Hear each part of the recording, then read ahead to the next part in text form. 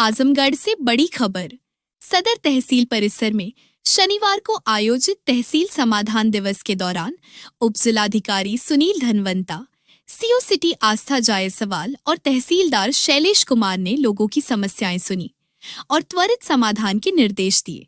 इस दौरान उपजिलाधिकारी ने सख्त लहजे में चेतावनी दी कि शहर और गांवों में जिन लोगों ने सरकारी जमीन, नाले या नालियों पर अवैध कब्जा कर रखा है, वे 1 सप्ताह के भीतर खुद ही कब्जा हटा लें, अन्यथा प्रशासन बलपूर्वक कब्जा हटवाएगा और साथ ही दर्ज होगी FIR, लगेगा जुर्माना और होगी सख्त कानूनी कार्रवाई।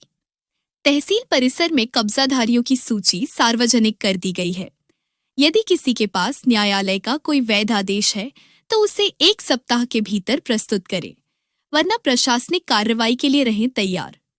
इसके साथ ही सिंचाई विभाग की जमीन पर किए गए अवैध निर्माण को भी हटाने के निर्देश दिए गए हैं।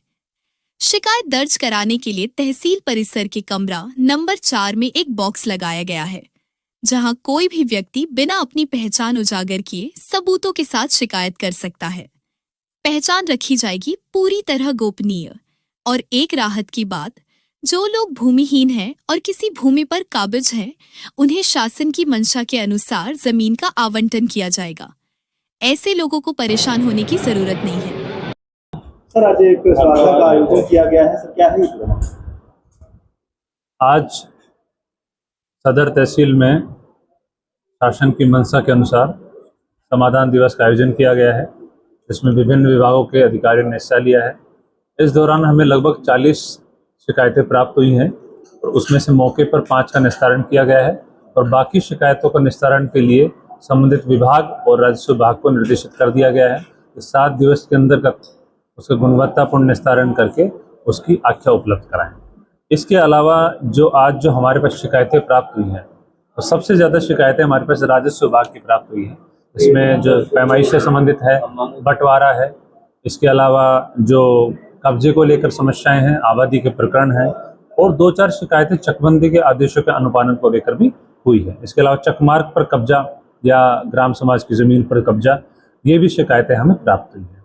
तो इनका निस्तारण के लिए संबंधित अधिकारियों को तत्काल निर्देशित किया गया। यहाँ पे लोगों को ब्रीफ भी किया गया कैसे कार्रवाई करनी है और 1 सप्ताह में इन प्रकरणों को लेकर कठोर कार्रवाई की जाएगी।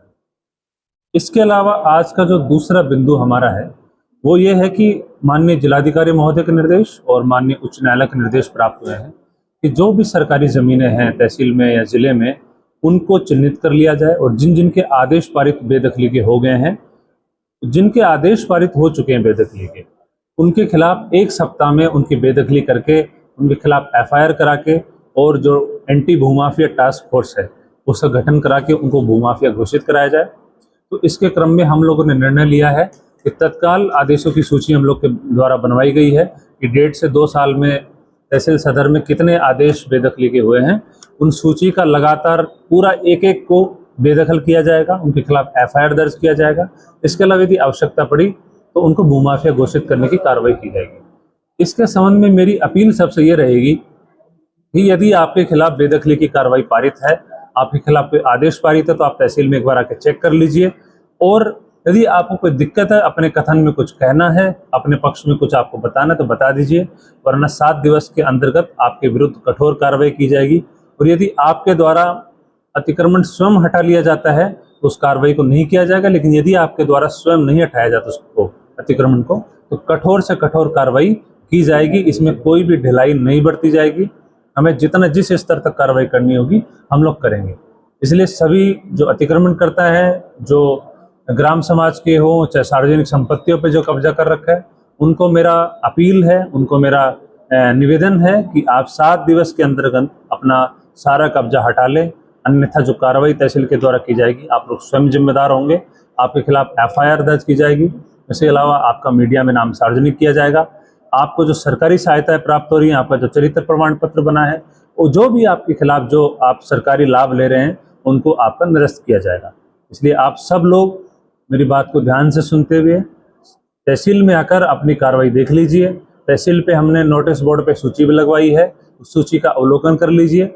जिन जिन के खिलाफ बेदखली आदेश पारित है, जिनके खिलाफ कब्जे को बेदखल करने का आदेश पारित है, वो तुरंत अपना कब्जा हटा लें। इसके अलावा जो तीसरी सूचना है वो मैं यहाँ के तहसील सदर के निवासियों से करना चाहता हूँ कि आप लोग के संज्ञान में यदि कोई भी सरकारी ज़मीन पे, कोई भी सार्वजनिक संपत्ति पे यदि कब्जा है, यदि लेखपाल आपकी शिकायत नहीं ले रहा है, कानून आपकी शिकायत नहीं ले रहा है, तहसील में और सुनवाई आपकी कहीं नहीं हो पा रही, तो मैंने कंप्लेन बॉक्स बनवाया है तहसील के कमरा नंबर 4 में। आप उसमें अपनी गोपनीय शिकायत उस कंप्लेन बॉक्स में डाल सकते हैं और यदि आपकी सूचना सही पाई जाएगी तो उस अतिक्रमण को हटवा के कार्रवाई की जाएगी। जिलाधिकारी महोदय के इसमें स्पष्ट निर्देश हैं, उनका पत्र भी जारी हो चुका है। माननीय उच्च न्यायालय द्वारा भी कई रिट में निर्देश जारी हो चुके हैं कि सरकारी संपत्ति पे, सरकारी ज़मीन पे कब्जा किसी भी दशा में स्वीकार नहीं किया जाएगा। मेरी सभी से अपील है, इसका पालन करें। जो भी कार्रवाई होगी बाद में उसके लिए आप स्वयं जिम्मेदार होंगे। सर, कुछ जगहों पे नालों पे भी मकान बना के निर्माण किया गया है और लोग रह भी हैं, उस पे किस तरह से कार्रवाई? देखिए, ग्रामीण क्षेत्रों में यदि कोई नाले पे कब्जा है, देखिए ग्रामीण क्षेत्रों में यदि कोई नाले पे कब्जा कर रखा है तो उसके खिलाफ हम लोग 67 की कार्रवाई दाखिल करवा रहे हैं। इसके अलावा यदि शहरी क्षेत्र में कोई नालों पे कब्जा किया है, दुकान बनाया है, अपना सीडी बनाया है, तो मैंने ईओ को निर्देशित किया है कि आप तुरंत मेरे सामने उनकी पत्रावली रखिए और उनके खिलाफ पीपी एक्ट में या अन्य अधिनियम में जो कार्रवाई होगी पारित की जाएगी। उनको नोटिस देके तो सम्यक प्रक्रिया उसका पालन करके उनको बेदखल कर दिया जाएगा और उनके खिलाफ एफआईआर तक दर्ज कराई जाएगी। तो जो सरकारी जमीनों की बात हो रही है, कब्जे की बात हो रही है, कुछ मामले ऐसे हैं सर जिसमें पब्लिक के एंगल से ये बताया गया है कि रिप्लेसमेंट की भी बातें की गई है कि वो अपनी जमीनें कहीं और देकर के उसको शिफ्ट कराने की कोशिश की है।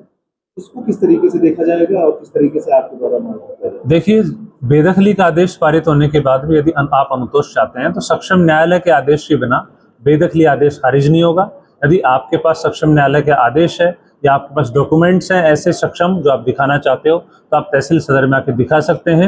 यदि आपके पास कोई भी अपने समर्थन में कागज नहीं है तो आप अपना स्वयं कब्जा हटा लीजिए, अन्यथा फिर कठोर कार्रवाई की जाएगी। अगर कोई विनिमय के लिए पात्र नहीं है तो उसको विनिमय का पात्र नहीं दिया जाएगा।